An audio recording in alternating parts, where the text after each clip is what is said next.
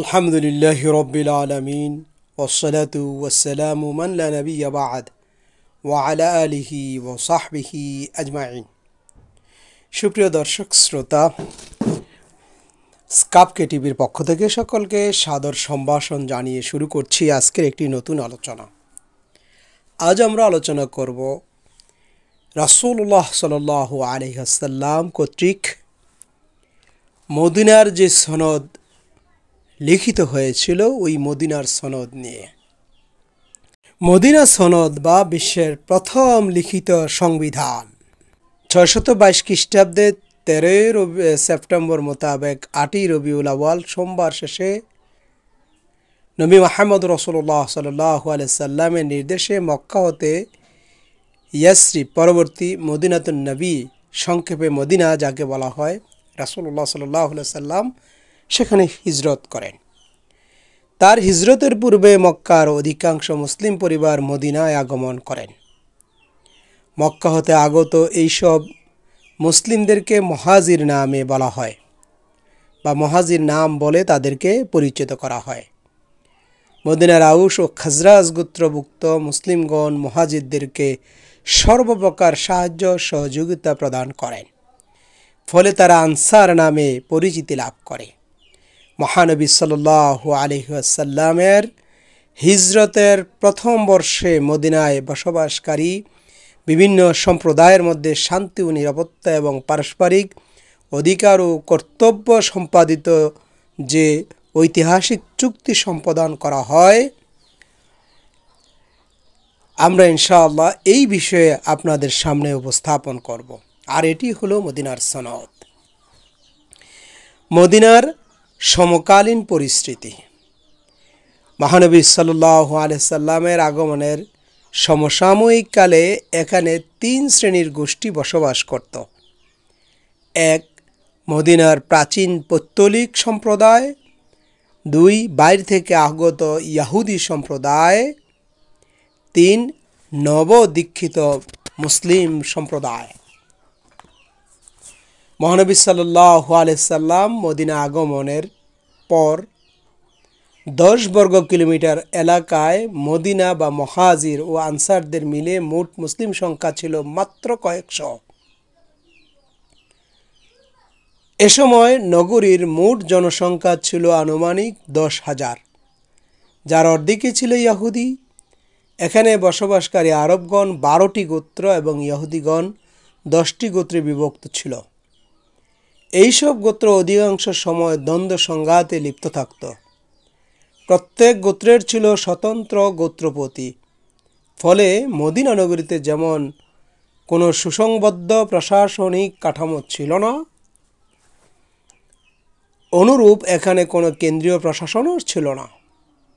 এমত অবস্থায় মহানবী সাল্লাল্লাহু আলাইহি সাল্লাম হিজরত করে মদিনায় নিম্নোক্ত সমস্যাবলীর সম্মুখীন হন। ১. মক্কা হতে আগত মুহাজিরদের পানাহার ও আবাসন সমস্যা। ২. নিজেদের স্থানীয় অধিবাসীদের অধিকার ও দায়িত্ব নির্ধারণ। ৩. মদিনায় বসবাসকারী আরব ও ইহুদিদের মধ্যে সমঝোতা প্রতিষ্ঠা। ৪. মদিনায় প্রশাসনিক কাঠামো প্রতিষ্ঠা, এখানকার প্রতিরক্ষার ব্যবস্থা জোরদার করা। ৫. মুহাজিরদের মক্কা হতে চলে আসার কারণে তাদের অর্থনৈতিক যে ক্ষয়ক্ষতি সাধিত হয়েছে তার দখল কাটিয়ে ওঠা। উপরোক্ত সমস্যাগুলি সামনে রেখে মহানবী সাল্লাল্লাহু আলাইহি সাল্লাম হিজরতের কয়েক মাস পর মদিনার বিভিন্ন গোত্র, মুহাজির, কুরাইশ সম্প্রদায়, মদিনার আনসার সম্প্রদায় এবং মদিনার বসবাসকারী ইহুদি সম্প্রদায়ের মধ্যে শান্তি ও সমঝোতা প্রতিষ্ঠা এবং শান্তিপূর্ণ সহ অবস্থান নিশ্চিত করার লক্ষ্যে সংশ্লিষ্ট পক্ষগুলির সাথে বিস্তারিত আলাপ আলোচনার ভিত্তিতে কয়েকটি লিখিত দলিল সম্পাদন করেন। ইতিহাসে এটিকে কিতাবুর রাসূল বা মদিনা সনদ নামে পরিচিত।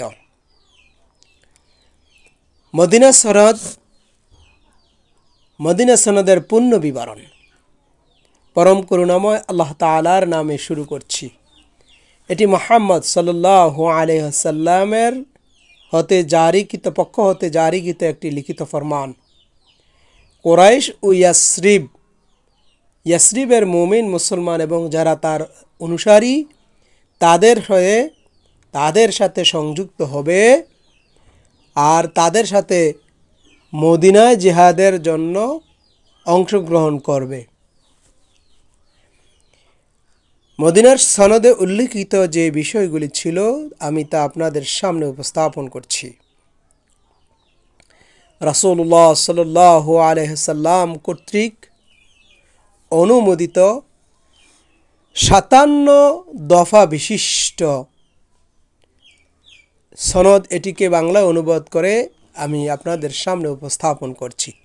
1, এটি মুহাম্মদ সাল্লাল্লাহু আলাইহি ওয়াসাল্লাম থেকে জারিকৃত একটি দলিল, যার ভিত্তিতে মুমিন কুরাইশ, ইয়াসরিব, মদিনার গোত্র মুসলমানগণ এবং যারা তাদের অনুসারী কিংবা তাদের সাথে কর্মের বন্ধনে বা লেনদেনে আবদ্ধ তাদের সবার পারস্পরিক সম্পর্ক নির্ধারণ হবে। এরা সবাই মিলে এক জাতি, গোষ্ঠী, একটি উম্মাহ হিসাবে বিবেচিত হবে। 2, কুরাইশ মুহাজিররা তাদের প্রচলিত প্রথা অনুযায়ী রক্তপণ আদায় করতে থাকবে। 3, যে কোনো যুদ্ধবন্দীদেরকে দয়া করে ইনসাফের রীতিতে ব্যবহার করা হবে, যা মুমিনদের স্বভাব সুলভ জাহিলি যুগের প্রচলিত সহিংসতা ও শ্রেণীভেদ বর্জনীয়। 4, বনু আউফ মদিনার একটি গোত্র, তাদের পরিচালিত নিয়ম অনুযায়ী তাদের মধ্যকার রক্তপণ নির্ধারণ করবে। 5, যে কোনো যুদ্ধে যদিও তা মুসলমানদের ছাড়া অপর গোত্রগুলির মধ্যে সংঘটিত হয়, সেক্ষেত্রেও যুদ্ধবন্দীদের প্রতি দয়াদ্র ও ইনসাফের আচরণ করতে হবে, ইসলামের পূর্ব রীতিতে নয়। 5, বনু সাইদা, বনু হারিস, বনু জুশাম ও বনু নাজ্জারের উল্লেখিত মূলনীতি অনুযায়ী পরিচালিত হবে। 7, বনু আমর, বনু আউফ, বনু আন-নবীদ ও বনু আল-আউস একটি মূলনীতি অনুসরণ করবে। 8, বিশ্বাসী মুসলমানেরা তাদের যুদ্ধবন্দীদের মুক্ত করার জন্য মুক্তিপণের ব্যবস্থা করবে এবং এই দায়িত্ব সামগ্রিকভাবে উম্মাহ বা জাতির সবার উপর বর্তাবে, শুধু সংশ্লিষ্ট পরিবারদের উপর নয়।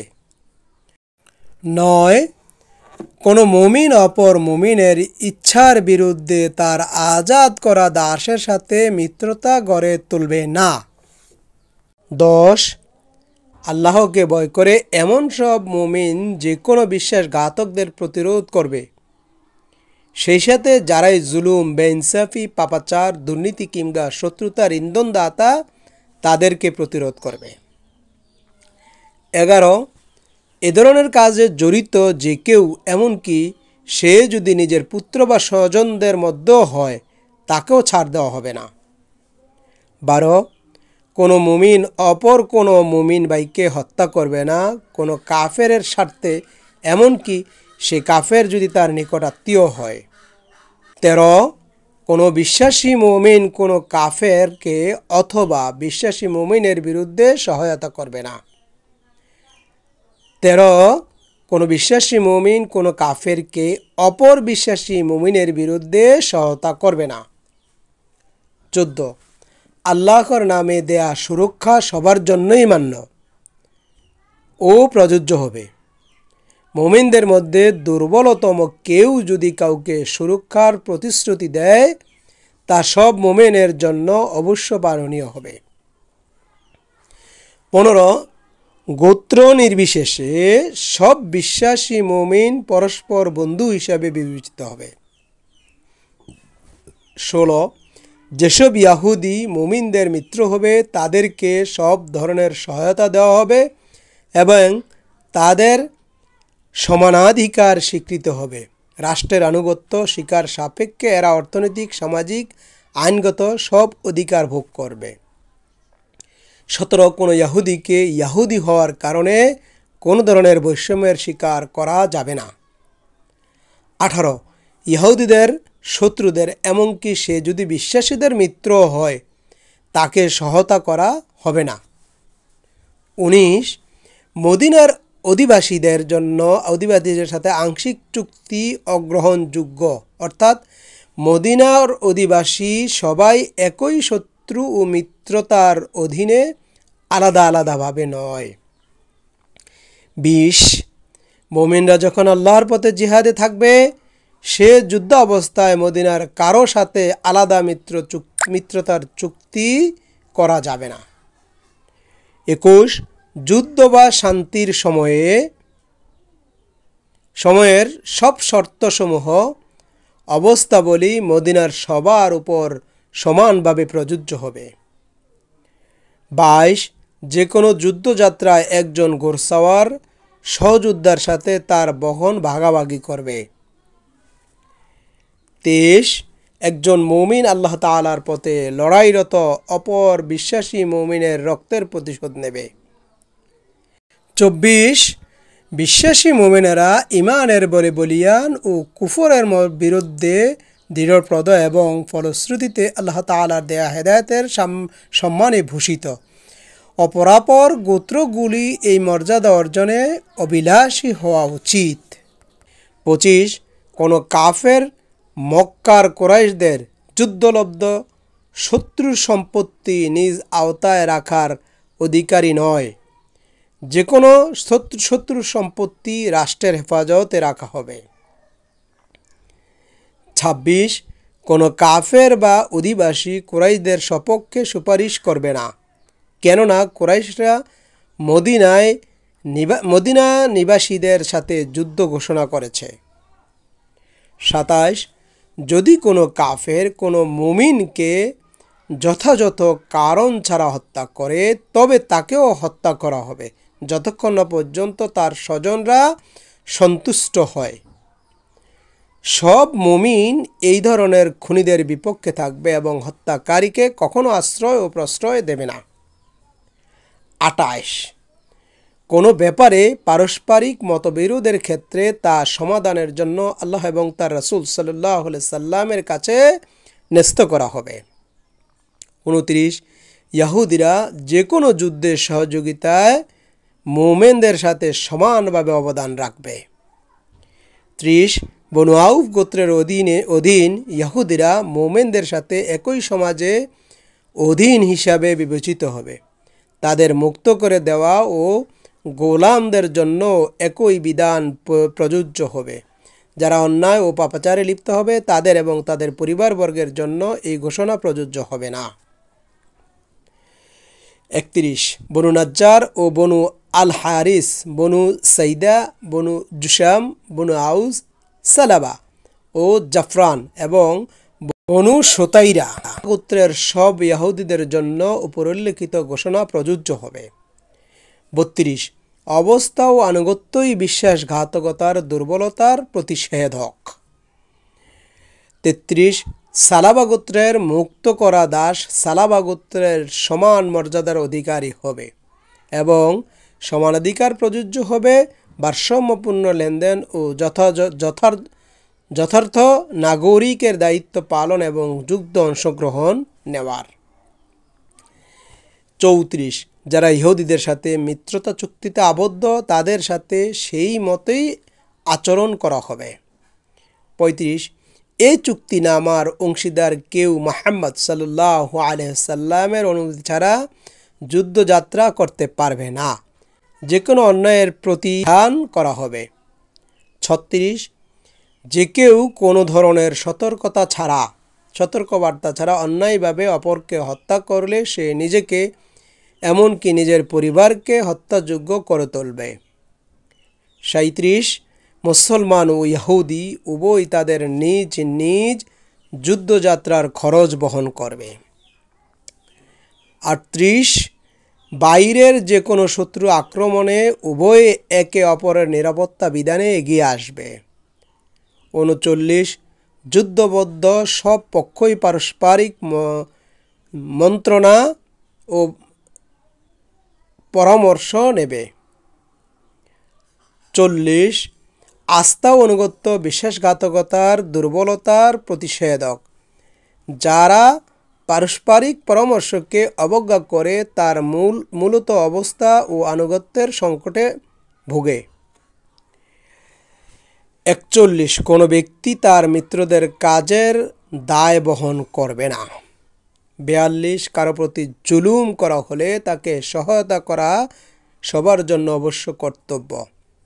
43 ইয়াহুদিরা কোনো যুদ্ধে অংশগ্রহণ না নিলেও সে যুদ্ধের খরচ বহন করতে সহায়তা করবে। 44 চুক্তিবদ্ধ সবার জন্যই ইয়াসরিব মদিনা হবে নিরাপত্তার শহর। 45 কোনো অপরিচিত ব্যক্তি চুক্তিবদ্ধ যে গোত্রের মিত্রতায় আবদ্ধ তাকে সেই গোত্রের একজন হিসাবে বিবেচনা করে তার সাথে আচরণ করা হবে যতক্ষণ না পর্যন্ত সে কোনো অন্যায় বা বিশ্বাসঘাতকতা না করছে। রাষ্ট্রবিরোধী যে কোনো উস্কানিমূলক কার্যকলাপ ও শাস্তিযোগ্য অপরাধ। 46 কোনো নারীকে শুধু তার গোত্রের অনুমতিক্রমেই অপর কেউ নিরাপত্তাধীন করতে পারবে। 47 কোনো ধরনের মতবিরোধ কিংবা মতদ্বৈততার ক্ষেত্রে যা পারস্পরিক বিভেদের কারণ হতে পারে তা আল্লাহ তাআলা এবং তার রাসূল সাল্লাল্লাহু আলাইহি সাল্লামের কাছে সমাধানের জন্য ন্যস্ত করা হবে। তিনি এই দলিলের মধ্যকার যথার্থ কল্যাণকর অংশ অনুসরণ করবেন। 48 কুরাইশ ও তাদের মিত্রদের সাথে কোনো ধরনের নিরাপত্তা চুক্তি নয়। 49 মদিনার ওপর যে কোনো আক্রমণ এই চুক্তিবদ্ধ সবাই সমভাবে প্রতিরোধ করবে। 50 যদি এই চুক্তির মুসলমান ছাড়া অপর পক্ষসমূহ কারো সাথে শান্তি চুক্তিতে আবদ্ধ হয় তবে তারা তা মেনে চলবে। যদি মুসলমানদের কেউ এই শান্তি চুক্তি মানতে আহ্বান জানানো হয় তারাও তা মেনে চলবে, শুধু এরা যখন আল্লাহর পথে জিহাদে লিপ্ত হবে সেই সময় ছাড়া। 51 ভালো কিংবা মন্দ প্রত্যেকেই তার নিজস্ব দল বা গোত্রের কর্মকাণ্ডের দায়িত্ব গ্রহণ করবে। গোত্রীয় শৃঙ্খলা রক্ষা এর বিকল্প নেই। 52 আল আউস গোত্রের ইহুদি এবং তাদের মুক্ত করে দেওয়া দাসেরা যতদিন না চুক্তি মেনে চলবে ততদিন পর্যন্ত সমাধিকার ভোগ করবে। 53 আস্থায় বিশ্বাসঘাতকতার প্রতিষেধক।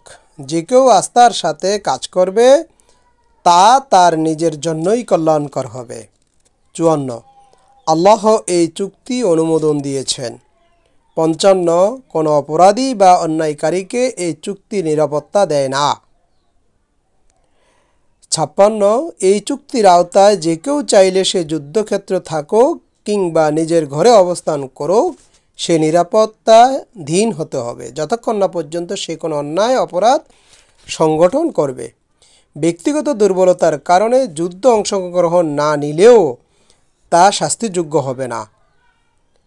57 আল্লাহ তাআলা তাদেরকেই রক্ষা করবেন যারা সৎ এবং তাকে ভয় করে এবং মুহাম্মদুর রাসূলুল্লাহ সাল্লাল্লাহু আলাইহি ওয়াসাল্লাম।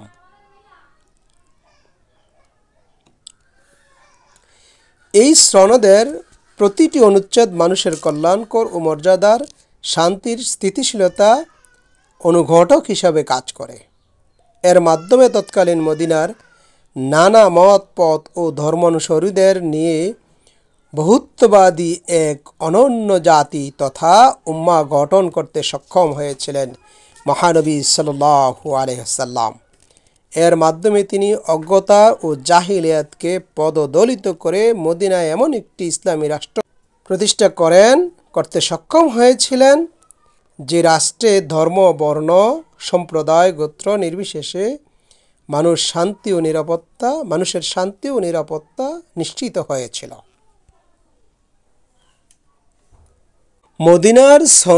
মদিনা সনদের যথার্থতা ও বিশুদ্ধতা নিরূপণ। আধুনিক গবেষকদের মধ্যে ইউসুফ আল আইশ মনে করেন মদিনার সনদটি সনদটি যথার্থ ও বিশুদ্ধ নয়। তার মতে ধর্মীয় দিক দিয়ে গুরুত্বপূর্ণ হওয়া সত্ত্বেও বিশুদ্ধ হাদিস গ্রন্থসমূহে এটি বর্ণিত হয়নি। উপরন্তু মুহাম্মদ ইবনে ইসহাক 85 থেকে 152 হিজরি খ্রিস্টাব্দ 70 থেকে 668 খ্রিস্টাব্দ কোন সূত্র সনদ বা উল্লেখ না করে মদিনা সনদটি বর্ণনা করেন এবং ইবনে সঈদ আন-নাস তার কাছ থেকেই এই বর্ণনাটি করেছেন। আল আইশ বলেন, কাসির ইবনে আবদুল্লাহ ইবনে আমর আল মুজানি তার পিতা আবদুল্লাহ এবং তার পিতামহ আমর সূত্রে মদিনার সনদটি রিওয়ায়াত করেন। উক্ত বর্ণনা ধারা সম্পর্কে ইবনে হিব্বান আল বুস্তি বলেন, কাসির তার পিতা ও পিতামহর সূত্রটি একটি জাল সনদ রেওয়ায়িত হয়েছে, যা কোনো কিতাবসমূহে অন্তর্ভুক্ত করা কিংবা রেওয়ায়ত করা সঙ্গত নয়। আল আইশের মতে ইবনে ইসহাক মদিনার সনদ বর্ণনার ক্ষেত্রে কাসির ইবনে আবদুল্লাহর উপর নির্ভরশীল ছিলেন এবং সম্পূর্ণ জ্ঞাতস্বরেই এই সূত্রটি এড়িয়ে গিয়েছেন। ইবনে ইসহাক তার সিরাত গ্রন্থে কোনো সূত্র উল্লেখ না করেই মদিনার সনদ বর্ণনা করেন। এমন একটি গুরুত্বপূর্ণ ঐতিহাসিক দলিলকে জয় প্রতিপন্ন করেছেন সত্য, কিন্তু একে জাল কিংবা বিশুদ্ধ নয় বলে বিবেচনা করাও যথার্থ নয়, কারণ এটি কাসির ইবনে আবদুল্লাহ আল মুজানির সূত্র ছাড়া আবু উবাইদা আল কাসিম ইবনে সাল্লাম ইবনে শিহাব আল জুহরি, যিনি 124 হিজরি থেকে 24 হিজরি অথবা 742 খ্রিস্টাব্দে পর্যন্ত খ্রিস্টাব্দে সূত্রে রিওয়ায়াত করেছেন। ইবনে ইসহাক ছিলেন ইমাম আল জুহুরির বিশিষ্ট শিষ্যদের অন্যতম।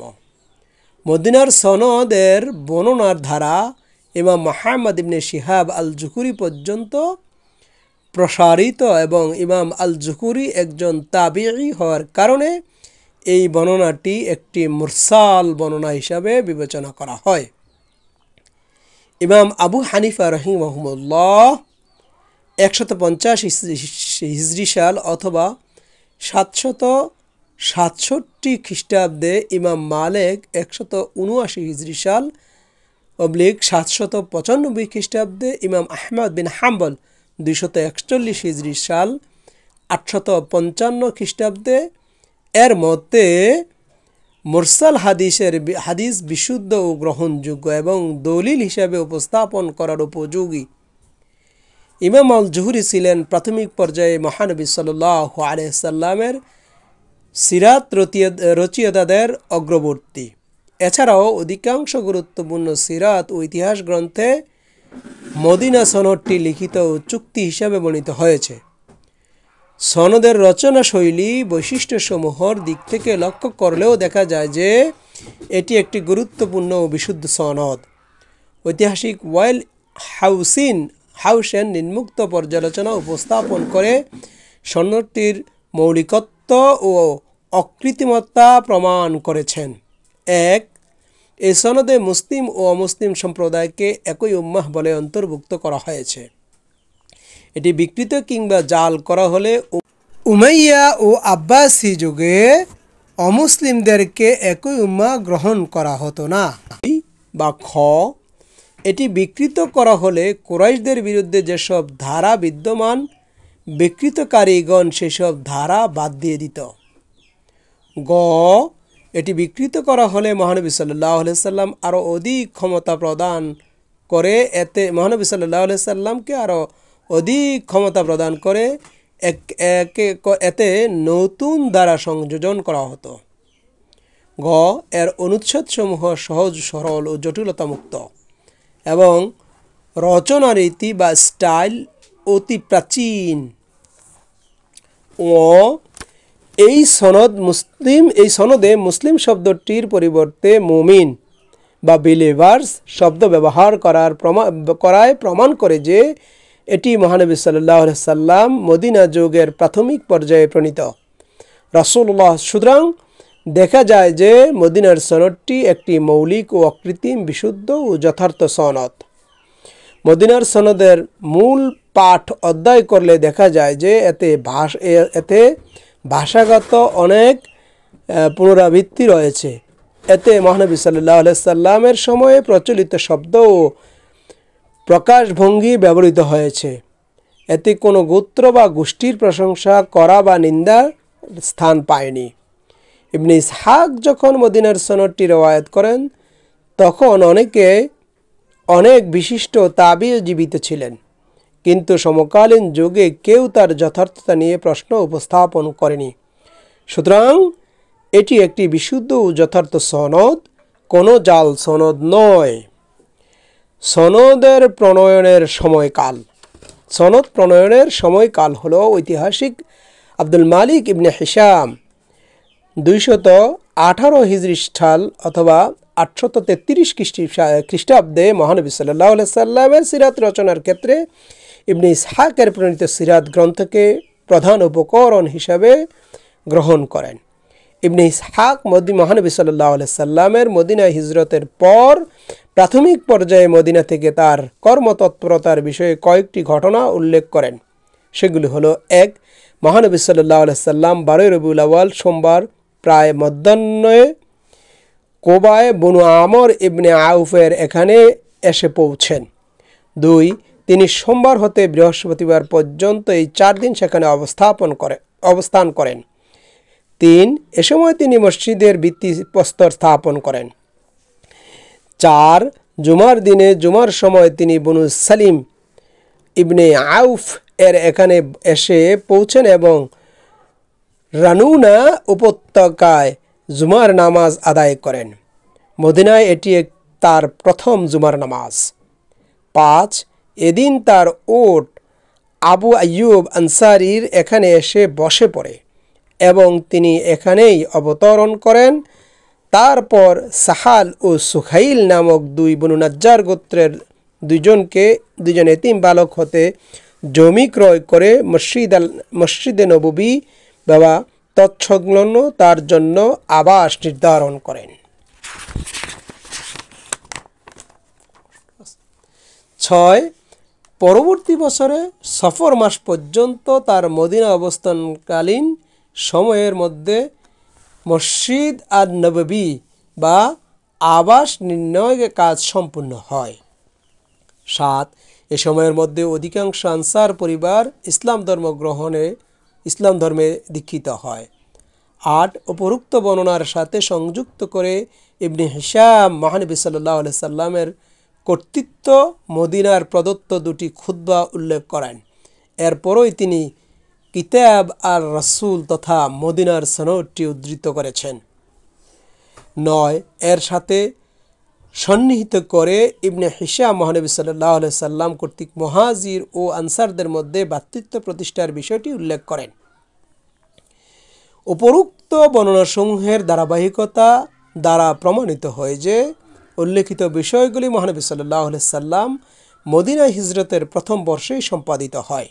সুতরাং বলা যায় যে মহানবী সাল্লাল্লাহু আলাইহি সাল্লাম পৌঁছার পর এখানকার সামাজিক ও অর্থনৈতিক রাষ্ট্রীয় রূপরেখা প্রণয়ন করে মদিনার অধিবাসীদের মধ্যে একটি স্থায়ী শান্তি প্রতিষ্ঠা এবং আইনগত কাঠামো গঠন করার লক্ষ্যেই তিনি হিজরতের প্রথম বর্ষেই কিতাব আর রাসূল তথা মদিনার সনদ জারি করেন। আল বালাজুরি বলেন, মহানবী সাল্লাল্লাহু আলাইহি সাল্লামের আগমনের পর এখানকার ইহুদিদের সাথে একটি চুক্তি সম্পাদন করেন। এতে তিনি শর্ত আরোপ করেন যে তারা তার শত্রুদেরকে সাহায্য করতে পারবে না, যুদ্ধে হামলাকারীদের বিরুদ্ধে তাকে সাহায্য করবে এবং তিনি আল জিম্মার বিরুদ্ধে যুদ্ধ করবেন না। আল কোরআনের জিহাদ অনুমোদিত প্রধান সম্পর্কিত আয়াত নাজিল হওয়ার পর মহানবী সাল্লাল্লাহু আলাইহি সাল্লাম সাফি আল বাহার নামক স্থানে হামজা ইবনে আব্দুল মুত্তালিবের নেতৃত্বে সর্বপ্রথম ৩০ সদস্য বিশিষ্ট একটি বাহিনী প্রেরণ করেন। আল বালাজুরি আরও উল্লেখ করেন যে মহানবী সাল্লাল্লাহু আলাইহি সাল্লাম মদিনা আগমনের পর এখানকার সকল ইহুদি গোত্রের সাথে একটি শান্তি চুক্তি সম্পাদিত করেন, যা একটি দলিলে লিপিবদ্ধ করা হয়। বদর যুদ্ধের ক্ষেত্রে মহানবী সাল্লাল্লাহু আলাইহি সাল্লাম মদিনায় প্রত্যাবর্তনের পর ইহুদি বনু কায়কুনার চুক্তি ভঙ্গ করে। এই চুক্তি ভঙ্গ করে ফলে মহানবী সাল্লাল্লাহু আলাইহি সাল্লাম তাদের বিরুদ্ধে সামরিক ব্যবস্থা গ্রহণ করেন এবং উক্ত বর্ণনা দ্বারাও প্রতীয়মান হয় যে মহানবী সাল্লাল্লাহু আলাইহি সাল্লাম মদিনা হিজরতের প্রথম বর্ষে মদিনার সনদ জারি করা হয়। আকরাম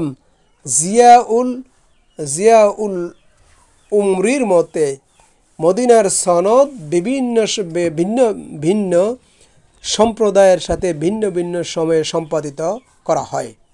পরবর্তীতে ঐতিহাসিকগণ এই সব চুক্তিকে একটি দলিলে সন্নিবেশিত করেন। প্রমাণ হিসাবে তিনি আমর ইবনে শুআইব হতে বর্ণিত নিম্নোক্ত রওয়ায়াতটি উপস্থাপন করেন। মহানবী সাল্লাল্লাহু আলাইহি সাল্লাম আনসার ও মুহাজিরদের মধ্যে একটি লিখিত দলিল প্রণয়ন করেন।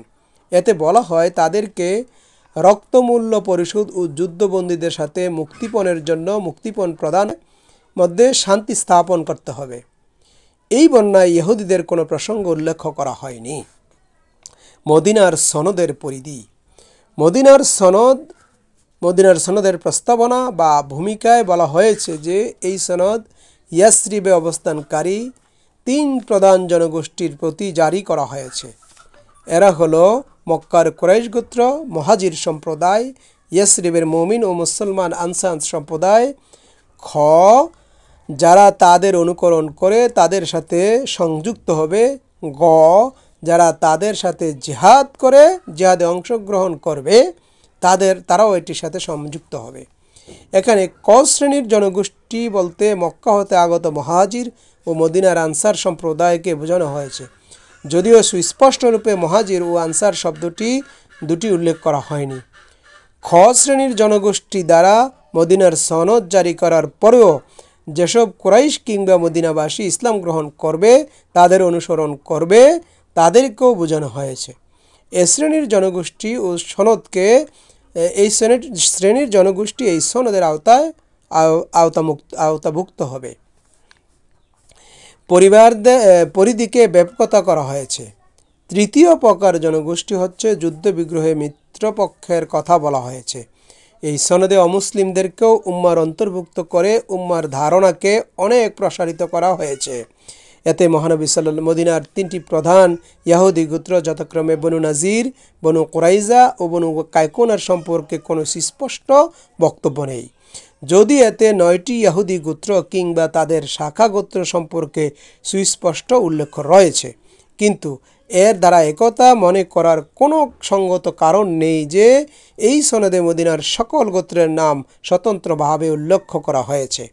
বরং দেখা যায় এতে যেসব গোত্রের নাম উল্লেখ করা হয়েছে তার সাথে তাদের মাওয়ালি বা আশ্রিত ও হালিফকে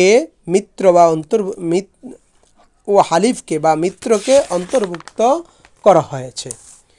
ইহুদি বনু নাজির ও বনু কায়কুনা ছিল মদিনার আউস গোত্রের হালিফ। অপরদিকে বনু কায়কুনা ছিল খজরাজ গোত্রের হালিফ। সুতরাং প্রাসঙ্গিকভাবে এদের নাম এসেছে। আর এই সনদ প্রয়োগ করা কিংবা কার্যকর করার বিষয়ে কোনো ভৌগোলিক সীমারেখা নির্দেশ করা হয়নি। সুতরাং বলা হয় এই সনদের প্রয়োগ বা ক্ষমতা ও মদিনার বসবাসকারী জনগোষ্ঠী নয়, ইসলামের ভৌগোলিক প্রসারের পরেও এর প্রয়োগ ও কার্যকর ক্ষমতা অক্ষুণ্ণ থাকার ব্যবস্থা রাখা হয়। মদিনার সনদের বিশ্লেষণ। সুপ্রিয় দর্শক শ্রোতা, মদিনার সনদটি বিভিন্ন নির্দেশনা দেওয়া হলো। মদিনার সনদে মূল যে বিষয়গুলি ছিল তা আমি আপনাদের সামনে অতি সংক্ষেপে উপস্থাপন করছি। মদিনার সনদের বিশ্লেষণে আমরা বলতে পারি মদিনার সনদ ইসলামের প্রাথমিক যুগের এক ঐতিহাসিক গুরুত্বপূর্ণ দলিল। এতে তাসমিয়া বা বিসমিল্লাহির রহমানির রহিম প্রস্তাবনা বা ভূমিকা ছাড়া মোট 53টি বা 57টি ধারা বিদ্যমান। প্রস্তাবনায় বলা হয়েছে যে এটি একটি কিতাব বা লিখিত দলিল। মুহাম্মদ রাসূলুল্লাহ সাল্লাল্লাহু আলাইহি সাল্লামের পক্ষ হতে এটি জারি করা হয়েছে। 52তম ধারায় একে পুনরায় কিতাব বলা হয়েছে। এছাড়া 23তম ধারায়, 40তম ধারায়, 43তম ধারায়, 46তম ধারায় এবং 51তম ধারায় মোট 7 বার একে সহিফা তথা পুস্তলিকা বলা হয়েছে। সনদের প্রথম ধারায় এই সনদের সাথে সংশ্লিষ্ট সকল জনগোষ্ঠীকে অন্যান্য জনগোষ্ঠীর চাইতে স্বতন্ত্র একটি উম্মাহ হিসাবে ঘোষণা করা হয়েছে। মদিনার ইহুদিরা মুসলমানদের সাথে একই উম্মাহ কিনা সনদের এই ধারা হতে এটি পরিষ্কার নয়, কিন্তু এর 26তম ধারায় সুস্পষ্টভাবে বলা হয়েছে যে বনু আউফের ইহুদিরা মুমিনদের সাথে একই উম্মাহ। এখানে উম্মাহ ধর্মীয় বিষয় নয়, সামাজিক ও রাজনৈতিক অর্থনৈতিক বিষয়ে ব্যবহৃত হয়েছে বলে মনে করা হয়। আরবদের সামাজিক ও রাজনৈতিক অর্থনৈতিক কার্যকরগুলি পরিচালনা করা হতো এই গোত্রের ভিত্তিতেই। সনদে এই ধারার মাধ্যমে মহানবী সাল্লাল্লাহু আলাইহি সাল্লাম আরবদের গোত্রভিত্তিক কর্মকাণ্ডের আমূল সংস্করণ সাধনপূর্বক একে জাতিগত পর্যায়ে নিয়ে আসেন। সুতরাং মহানবী সাল্লাল্লাহু আলাইহি সাল্লাম সনদের সাথে সংশ্লিষ্ট সকলকে ধর্মভিত্তিক সম্প্রদায় নয়, বরং তিনি মদিনার সকল জনগোষ্ঠীর সমন্বয়ে এখানে একটি বৃহত্তম জাতি গঠন করেছেন। ইয়াসরিবে আগত মুহাজিরগণ সংখ্যায় অল্প হওয়ার কারণেই মদিনার সনদের দ্বিতীয় ধারায় এদেরকে মুহাজির দল হিসাবে উল্লেখ করা হয়েছে, কিন্তু মদিনার আনসারগণ সংখ্যায় অধিক হওয়ার কারণে সনদের তৃতীয় ধারা হতে 10ম ধারা পর্যন্ত তাদের গোত্রভিত্তিক উল্লেখ করা হয়েছে। এভাবে গোত্রভিত্তিক উল্লেখ করার মাধ্যমে গোত্রভিত্তিক সমাজ ব্যবস্থা স্বীকৃতি দেওয়া হয়নি, বরং এর মাধ্যমে তাদের সামাজিক নিরাপত্তার দিকটির প্রতি ইঙ্গিত করা হয়েছে। সনদের 11তম ধারা হতে 23তম ধারা পর্যন্ত মোমেনদের অধিকার, কর্তব্য, পারস্পরিক সম্পর্ক স্থাপনের সীমারেখা, ব্যক্তিগত ও গোষ্ঠীগত আচরণ ব্যবহার করে যুদ্ধ বিগ্রহের সাহায্য সহযোগিতার মানদণ্ড প্রভৃতি উল্লেখ করা হয়েছে।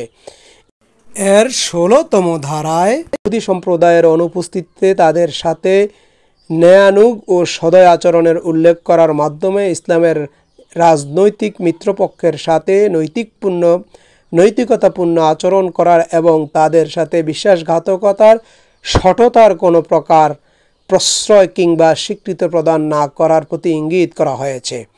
এর 24তম ধারায় মুহাজির ও আনসারদের মধ্যে কোনো প্রকার মতপার্থক্য দেখা দিলে তার নিষ্পত্তির ভার মহানবী সাল্লাল্লাহু আলাইহি সাল্লামের উপর অর্পণ করার জন্য বলা হয়েছে। সনদের 25তম ধারা হতে 42তম ধারা পর্যন্ত ইহুদিদের সাথে কৃত চুক্তির খুঁটিনাটি দিকগুলো আলোকপাত করা হয়েছে। এতে গোত্রভিত্তিক মদিনার ইহুদিদের বিবরণ প্রধানপূর্বক তাদের অধিকার ও কর্তব্য, মোমেনদের সাথে তাদের সম্পর্ক, যুদ্ধ বিগ্রহ, মোমেনদেরকে সাহায্য সহযোগিতার সীমারেখা নির্ধারণ করা হয়েছে। ইহুদিদের জন্য আচরণবিধি বিবরণ প্রণয়ন করা হয়েছে। এর 43তম ধারায় ইয়াসরিবের মর্যাদা সংরক্ষণ করা হয়েছে এবং নগরীকে পূত পবিত্র নগরী হিসাবে ঘোষণা করা হয়েছে। এর 44 থেকে 45তম ধারায় আশ্রয়দানকারী ও আশ্রিতদের মধ্যে সম্পর্ক নির্ণয় করা হয়েছে। এর 46তম ধারায় কাউকে আশ্রয়দান করা আশ্রয়ের আওতাভুক্ত গোষ্ঠীসমূহের মাঝে শান্তি শৃঙ্খলা বিঘ্নিত হওয়ার আশঙ্কা দেখা দিলে তা নিরসনের উপায় বলে দেওয়া হয়েছে। এর 47তম ধারায় মদিনার বাইরের লোকজন, বিশেষ করে মক্কার কুরাইশদেরকে এবং তাদের সাথে সম্পৃক্ত লোকজনদেরকে প্রশ্রয় দেওয়ার ক্ষেত্রে বিধিনিষেধ আরোপ করা হয়েছে। এর 48তম ধারায় ইয়াসরিবের উপর আক্রমণ করা হলে ইহুদি মুসলিম মিলে সম্মিলিতভাবে তা প্রতিহত করার ঘোষণা করা হয়েছে। এর 49তম ধারায় সন্ধি চুক্তি সম্পাদন করলে তা মান্য করার বাধ্যবাধকতার আরোপ করা হয়েছে। এর 50তম ধারায় বহিঃশত্রু দ্বারা মদিনা আক্রান্ত হলে এখানে বসবাসকারী গোত্রসমূহ নিজ নিজ এলাকার দিক রক্ষা করার দায়িত্ব প্রাপ্ত হয়। এর 51তম ধারায় একটি ইহুদি গোত্রকে শরিক দলগুলোর সমমর্যাদা পাওয়ার ক্ষেত্রে শরিক দলগুলির সাথে সম্মানজনক ব্যবহার ও বিশ্বস্ততাপূর্ণ আচরণের শর্ত আরোপ করা হয়েছে। এর 52তম ধারায় এই সনদের বাস্তবায়নের ক্ষেত্রে সকল অন্তরায় ও প্রতিবন্ধকতা দূর করা হয়েছে। এবং এর 53তম ধারায় সর্বশেষ ধারায় আল্লাহ তাআলার সার্বভৌমত্ব মহানবী সাল্লাল্লাহু আলাইহি সাল্লামের নেতৃত্বের ঘোষণা দেওয়া হয়েছে। এর 46তম ধারা অনুরূপ কোনো ঘোষণা বিদ্যমান নেই। মদিনার সনদের অন্যতম বৈশিষ্ট্য হলো এই সনদে অনেক ক্ষেত্রে ইয়াসরিবের পূর্ব হতে প্রচলিত অনেক রীতি সামাজিক প্রথাকে আইনের মর্যাদা দেওয়া হয়েছে, যা সনদের 2য় ধারা হতে 10ম ধারা পর্যন্ত রক্তপণ আদায়ের বিষয়ে আলোচনা করার আমরা পার্থক্য করেছি। এই সনদের 39তম ধারা থেকে 45তম ধারা, 47তম ধারা থেকে 50তম ধারা পর্যন্ত 52 এবং 52তম ধারা এর অন্তর্গত সকল শরিক দলের জন্য সমানভাবে প্রযোজ্য। এর 21তম ধারা মক্কার কুরাইশদের সাথে সকল প্রকার সাহায্য সহযোগিতার পথ রুদ্ধ করে মূলত শত্রুদের সাথে হাত মিলিয়ে মদিনায় মুসলমানদের বিরুদ্ধে সকল হীন চক্রান্তের পথ বন্ধ করে দেওয়া হয়েছে। ফলে মদিনার নিরাপত্তা ব্যবস্থা নিশ্চিত হয় এবং অভ্যন্তরীণ রাজনীতি ও অর্থনৈতিক ক্ষতিগ্রস্ত হওয়ার হাত থেকে মদিনাকে রক্ষা করা হয়। মদিনার সনদে মহানবী সাল্লাল্লাহু আলাইহি ওয়াসাল্লামের পদমর্যাদা। মদিনার সনদে কোথাও মহানবী সাল্লাল্লাহু আলাইহি ওয়াসাল্লামের পদমর্যাদা সম্পূর্ণ সুস্পষ্ট রূপে নির্দেশ করা হয়নি, কিন্তু এই সনদের প্রস্তাবনা বা ভূমিকার বলা হয়েছে যে এটি মুহাম্মদুর রাসূলুল্লাহ সাল্লাল্লাহু আলাইহি ওয়াসাল্লামের পক্ষ হতে জারিকৃত লিখিত সনদ। এতে প্রতীয়মান হয় যে মদিনার সনদের আগমনের পর মদিনার আউস খাজরাজ গোত্র এবং প্রধান ইহুদি গোত্রের পক্ষ হতে প্রাপ্ত ক্ষমতা বলে তিনি এই সনদ জারি করেন। তিনি মদিনা রাষ্ট্রের প্রধান নির্বাহী হিসাবে ক্ষমতাপ্রাপ্ত হন। তা হলেই এই সনদ জারি করার জন্য কোনো আইনগত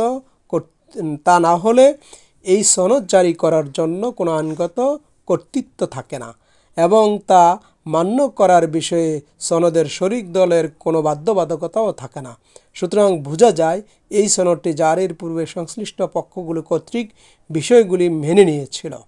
মদিনার সনদের 24 এবং 46তম ধারার দৃষ্টিতে শরিক দল পরস্পরের মতবিরোধের ক্ষেত্রে মহানবী সাল্লাল্লাহু আলাইহি সাল্লামকে বিচারক হিসাবে গ্রহণ করা হয়েছে, কিন্তু এতে কোন পর্যায়ের কোনো প্রকার আপিল ব্যবস্থা রাখা হয়নি, অর্থাৎ তার প্রদত্ত ফয়সালাকেই চূড়ান্ত বলে বিবেচনা করা হয়েছে। এই সনদের বিভিন্ন শরিক দলের অধিকার এবং দায়িত্ব কর্তব্য নির্ধারণ করে দেওয়া হয়েছে। এ ধরনের দায়িত্ব কর্তব্য অধিকার নির্ধারণের জন্য নির্বাহী ক্ষমতার অধিকারী কেবল কোনো ব্যক্তি বা সংস্থার প্রয়োজন, আর এক্ষেত্রেই উক্ত পদমর্যাদায় অধিষ্ঠিত হন মহানবী সাল্লাল্লাহু আলাইহি ওয়াসাল্লাম। মদিনা সনদের 37তম ধারায় মহানবী সাল্লাল্লাহু আলাইহি সাল্লামকে ব্যাপক ক্ষমতা প্রদান করা হয়েছে। এতে বলা হয়েছে, মুহাম্মদ সাল্লাল্লাহু আলাইহি সাল্লাম থেকে পূর্ব অনুমতি গ্রহণ ব্যতীত সনদের শরিক দলগুলির মধ্য থেকে কেউ যুদ্ধের জন্য বের হতে পারবে না। এতেও বোঝা যায় মদিনার সকল সনদ জারির মাধ্যমে মহানবী সাল্লাল্লাহু আলাইহি সাল্লাম সবসময় শাসন কর্তৃত্বের অধিকারী হন। রাষ্ট্রবিজ্ঞানীদের মতে একটি রাষ্ট্র গঠনের 4টি উপাদান থাকে। এগুলো হলো নির্দিষ্ট ভূখণ্ড, একটি জনগোষ্ঠী, সরকার এবং সার্বভৌমত্ব। মহানবী সাল্লাল্লাহু আলাইহি সাল্লাম যখন মদিনায় হিজরত করেন তখন মদিনা রাষ্ট্র গঠনের প্রথম 2টি উপাদান বিদ্যমান ছিল, কিন্তু গোত্রভিত্তিক শাসন ব্যবস্থা পরিচালিত হওয়ার কারণে এখানকার সরকার ও সার্বভৌমত্ব অনুপস্থিত ছিল। মদিনার সনদ জারি করার মাধ্যমে এখানে তাদের প্রাচীন গোত্রের প্রথা বিলুপ্ত করা হয় এবং তারা একটি উম্মাহ বা জাতিসত্তায় পরিণত হয়। বিবদমান বিষয়ে ফয়সালা প্রদানের ক্ষেত্রে আল্লাহ তাআলা এবং তার রাসূলের প্রতি প্রত্যাবর্তনের মাধ্যমে প্রকারান্তরে এখানে আল্লাহ তাআলার সার্বভৌমত্ব প্রতিষ্ঠিত হয় এবং মহানবী সাল্লাল্লাহু আলাইহি সাল্লামকে সরকার প্রধান রূপে আবির্ভূত করা হয়। একটি আদর্শ সরকারের জন্য প্রয়োজন প্রশাসন, আইন প্রণয়নের ক্ষমতা এবং একটি বিচার বিভাগ। সনদের 24 এবং 46তম ধারা অনুযায়ী আল্লাহ তাআলার সার্বভৌমত্ব প্রতিষ্ঠা হওয়ার সাথে সাথে মহানবী সাল্লাল্লাহু আলাইহি সাল্লামের নির্দেশিত পন্থা অনুযায়ী আইন প্রণয়নের ক্ষমতার অধিকারী হন এবং এর দ্বারা তিনি বিচার বিভাগীয় বিষয়াবলী দায়িত্বপ্রাপ্ত হন। অপরদিকে এই সনদ মদিনার ইসলামী রাষ্ট্র প্রতিষ্ঠার ক্ষেত্রে বিশ্বের প্রথম লিখিত আইন বা সংবিধানের পদমর্যাদা লাভ করে। মহানবী সাল্লাল্লাহু আলাইহি ওয়াসাল্লামের পর মদিনায় আগমনের পর মদিনায় শান্তি ও সুশৃঙ্খল প্রতিষ্ঠিত হয়। এখানকার নিরাপত্তা ব্যবস্থা জোরদার করা হয়, একে বহিঃশত্রুর আক্রমণ হতে রক্ষা করা অপরিহার্য ছিল। তাই মহানবী সাল্লাল্লাহু আলাইহি ওয়াসাল্লাম অত্যন্ত সুচিন্তিতভাবে মদিনার সনদ জারির মাধ্যমে মদিনার সকল অধিবাসীদের জন্য আচরণবিধি প্রণয়ন করেন। এই সনদ অনুযায়ী তাকে মদিনা রাষ্ট্র ও উম্মার প্রশাসক ও আইন বিচার বিষয়ক সর্বোচ্চ ক্ষমতা প্রদান করা হয়। তিনি মদিনা আগমন করার পর এখানের বসবাসকারী বিভিন্ন ধর্মবিশ্বাস ও সম্প্রদায়ে বিভক্ত জনগোষ্ঠীকে মহানবী সাল্লাল্লাহু আলাইহি সাল্লামের আদর্শ ও তার জারিকৃত সনদ প্রতিষ্ঠার প্রতি সম্মতি জ্ঞাপন করায় প্রমাণ করে যে এটি একটি রাষ্ট্রের বিভিন্ন ধর্মাবলম্বী জাতি ও সম্প্রদায় নিজেদের ধর্ম, ঐতিহ্য, কৃষ্টি কালচার, সভ্যতা সম্পূর্ণরূপে সংরক্ষণ করে ঐক্যবদ্ধভাবে রাষ্ট্রের গঠনমূলক কাণ্ডে অংশগ্রহণ করতে পারে এবং দেশের সকল নাগরিক একটি রাজনৈতিক উম্মায় পরিণত হতে পারে। শেষ কথা বলা হয়, মদিনার সনদ জারির মাধ্যমে মহানবী সাল্লাল্লাহু আলাইহি সাল্লাম প্রথমবারের মতো মদিনায় একটি নগর রাষ্ট্রে পরিণত করেন এবং তিনি নিজের বিচার ব্যবস্থাপনায়, প্রতিরক্ষা ব্যবস্থাপনা, শাসন ব্যবস্থাপনা পরিচালনার দায়িত্বপ্রাপ্ত হন। এই সনদের মাধ্যমে আইনের শাসন তথা ন্যায় বিচার প্রতিষ্ঠার রূপ দেওয়া হয়। ফলে কেউ আইন নিজেদের হাতে তুলে নেওয়ার সাহস পায়নি। এর মাধ্যমে আরবের চিরাচরিত গোত্র প্রথা চিরতরে বিলুপ্ত হয়। যুদ্ধরত গোত্রগুলো ঐক্যবদ্ধ হওয়ার সুযোগ লাভ করে এবং এটি একটি ইসলামী রাষ্ট্রের গোড়াপত্তন হয়। এই সনদের মাধ্যমে মদিনার সকল প্রকার গোত্রীয় দ্বন্দ্ব কলহের অবসান ঘটে এবং একটি উম্মাহ প্রতিষ্ঠিত হয়। তবে এ সনদ বিশ্বের সর্বপ্রথম লিখিত সংবিধান হিসাবে সাংবিধানিক সরকার প্রতিষ্ঠার মর্যাদা লাভ করে। সুপ্রিয় দর্শক শ্রোতা, আমরা রাসূলুল্লাহ সাল্লাল্লাহু আলাইহি ওয়াসাল্লামের ঘোষিত এই সনদকে যদি মূল্যায়ন করি এবং আমরা যদি সঠিকভাবে আমাদের সমাজকে রাসূলুল্লাহ সাল্লাল্লাহু আলাইহি সাল্লামের পথ নির্দেশনা অনুযায়ী আমাদের সমাজকে ওই সমাজে রূপান্তরিত করতে পারি, তাহলেই কেবলমাত্র আল্লাহর জমিনে আল্লাহর দ্বীন প্রতিষ্ঠার পথ আল্লাহ সুবহানাহু ওয়া তাআলা সুগম করে দিবেন। তাই প্রত্যেকের নিকট রাসূলুল্লাহ সাল্লাল্লাহু আলাইহি ওয়াসাল্লাম মদিনায় যেই সনদ প্রতিষ্ঠিত করেছিলেন, এর মাধ্যমে আমরা যাতে আমাদের সমাজে ইসলামকে প্রতিষ্ঠিত করতে পারি, সেই প্রত্যাশায় সকলের কাছে দোয়া কামনা করে শেষ করছি। ওমা তৌফিক ইল্লা বিল্লাহ। আসসালামু আলাইকুম ওয়া রাহমাতুল্লাহি তাআলা ওয়া বারাকাতুহু।